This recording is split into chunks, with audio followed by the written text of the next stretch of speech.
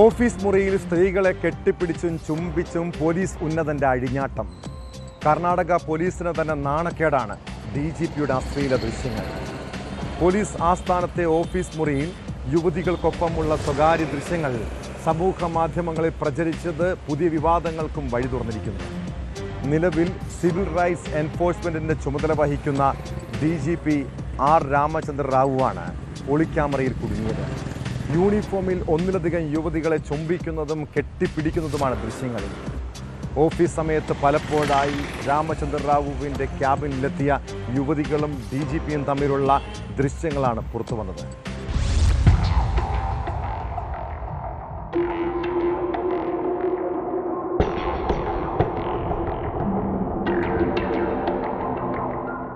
DGPയുടെ ഔദ്യോഗിക ചേംബറിൽ വെച്ച് യുവതിയെ ആലിംഗനം ചെയ്യുന്നതും ചുംബിക്കുന്നതുമടക്കമുള്ള വീഡിയോയാണ് പുറത്തു വന്നത്.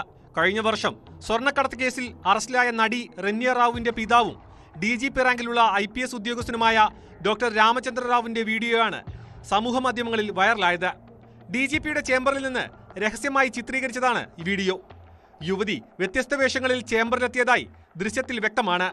എന്നാൽ വീഡിയോ AI ഉപയോഗിച്ച് നിർമ്മിച്ചതാണെന്നാണ് രാമചന്ദ്ര റാവു വിശദീകരണം നൽകിയത്.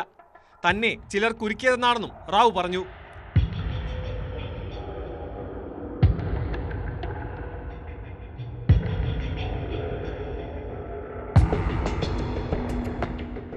DGPയുടെ ദൃശ്യങ്ങൾ കർണാടകയിൽ പുതിയ രാഷ്ട്രീയ വിവാദത്തിനാണ് തിരികൊളുത്തിയിരിക്കുന്നത്.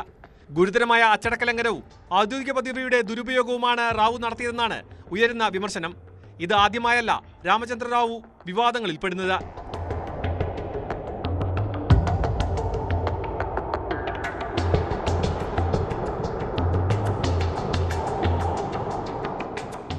National desk, news 18.